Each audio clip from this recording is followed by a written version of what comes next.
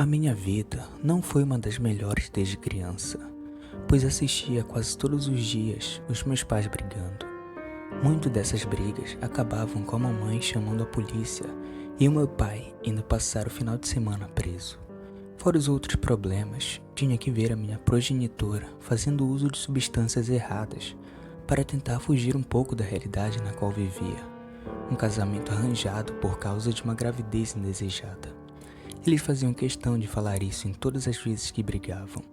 Apesar de algumas vezes ele falar que não queria ter tido filhos, o meu velho sempre chamou a minha atenção, não por ser um bosta ou um mau exemplo de pai de família. Era o seu comportamento estranho. Muitas vezes, quando a casa já estava bem escura e ele acreditava que todos estavam dormindo, então chegava em casa com alguns volumes nos quais trazia em cima de suas costas e levava para o sótão. Essa é a parte interessante. Eu passei a minha infância até a adolescência, logo antes de completar 18 anos e morar com meus tios, acreditando de que meu pai fosse um psicopata. Você pode se perguntar, como é que uma criança pode ter essas coisas na cabeça, achando que o próprio Criador é algo tão horrível? Bem, desde criança, sempre tive acesso à internet e gostava muito de assistir e ler conteúdo sobre assassinos em série. Aquilo me fascinava e deixava-me excitado para alguém tão jovem.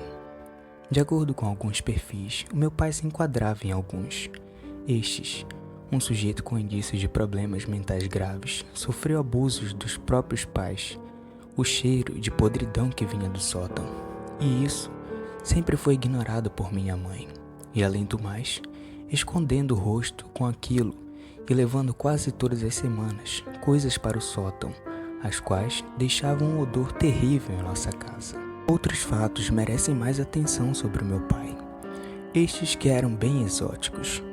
Eu imagino que qualquer outra criança ficaria com medo se estivesse na minha pele naquela época. Por exemplo, o meu pai costumava colocar uma máscara de palhaço todas as noites, nas quais aparecia com aquelas coisas dentro de casa.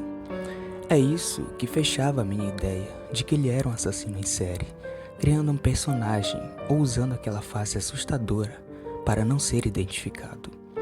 Algumas vezes, o meu pai, quando queria agredir a minha mãe, usava aquela máscara, deixando a minha progenitora ainda mais à beira da loucura. Citando mais uma vez, ele nunca me agrediu, nunca me tocou e nem fez nada comigo. Contudo, olhava para mim, em seus olhos, talvez sentindo o mesmo que eu sentia, um vazio. O velho sempre notou que eu não tinha medo, apenas aceitava a situação na qual estava vivendo. E isso foi o que eu passei quando morava em minha velha casa. Estou quase terminando a faculdade de Educação Física e os meus tios disseram-me que meu pai morreu de causas desconhecidas. Acho que faz mais ou menos 2 anos que a minha mãe faleceu. Com a morte do meu velho, eu fiquei um pouco triste, em razão de que, apesar de tudo, o meu pai nunca foi agressivo comigo, além de maltratar a minha mãe como se ela fosse uma qualquer. O mistério estava em minha cabeça. O que o meu pai guardava todo esse tempo no sótão? Lembro que alguns conhecidos e até os meus amigos de infância desapareceram quando ainda morava com os meus pais. Não pretendia falar sobre esse detalhe peculiar, no entanto, faz parte da minha história. Nessa época, eu pedi para ficar no porão, já que não dava para escutar minha mãe chorando e nem o meu pai fazendo barulhos estranhos no sótão todas as semanas. Sei que você está querendo saber sobre os desaparecimentos, não é mesmo? Bom, a primeira pessoa que lembro foi o meu melhor amigo. Este tinha um comportamento estranho, um pouco afeminado.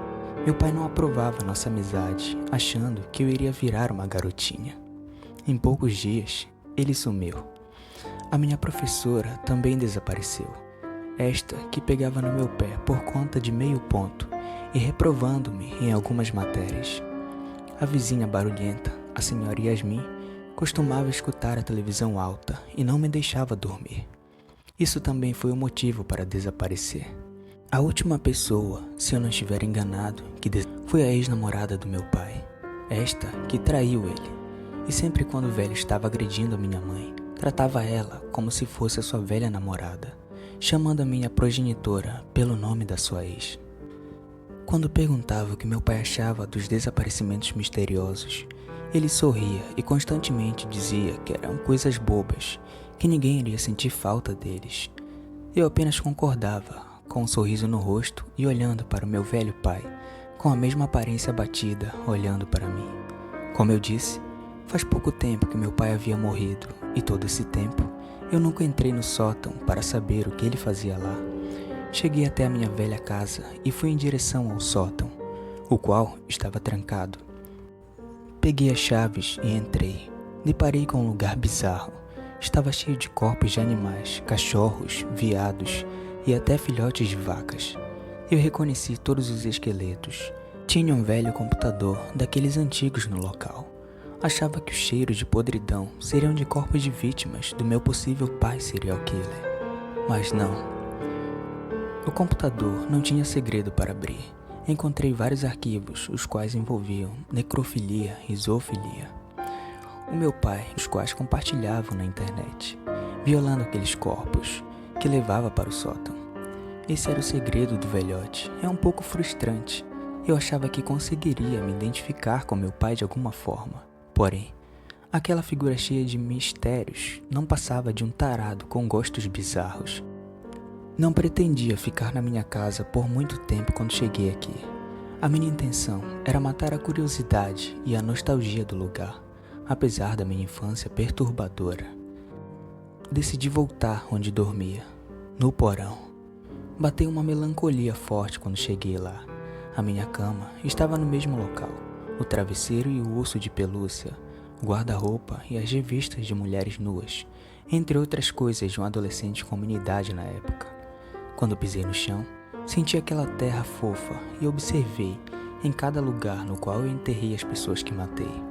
O meu melhor amigo, no canto à direita, a minha professora, próxima da minha cama, minha vizinha, a garotinha da casa um pouco mais distante, enterrada embaixo do tapete, o qual eu fazia os deveres da escola. Eu dormia todos os dias olhando para aquelas covas rasas, sentindo-me especial e poderoso. Pensando melhor, acho que ficarei em minha velha casa. E também, acredito que vários outros corpos deixaram meu quarto mais aconchegante, como já foi em minha infância.